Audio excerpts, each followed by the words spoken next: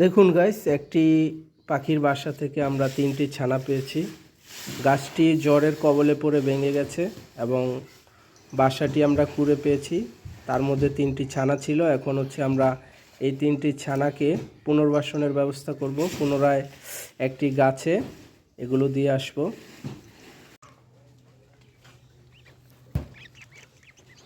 তো দেখুন গাইস, পাখিগুলো মনে করছে তার মা আসছে খাবার নিয়ে। তো গাইস, দেখতে পাচ্ছেন আমরা কিন্তু পাখির বাসাটি অন্য একটি গাছে সুন্দর করে বেঁধে দিলাম। এখন বাঁচানোর মালিক হচ্ছে আল্লাহ। তো দেখতে পাচ্ছেন পাখিগুলো কি সুন্দর নীরবে বসে আছে। এখন তার মা এসে তাদেরকে খুঁজে নিবে।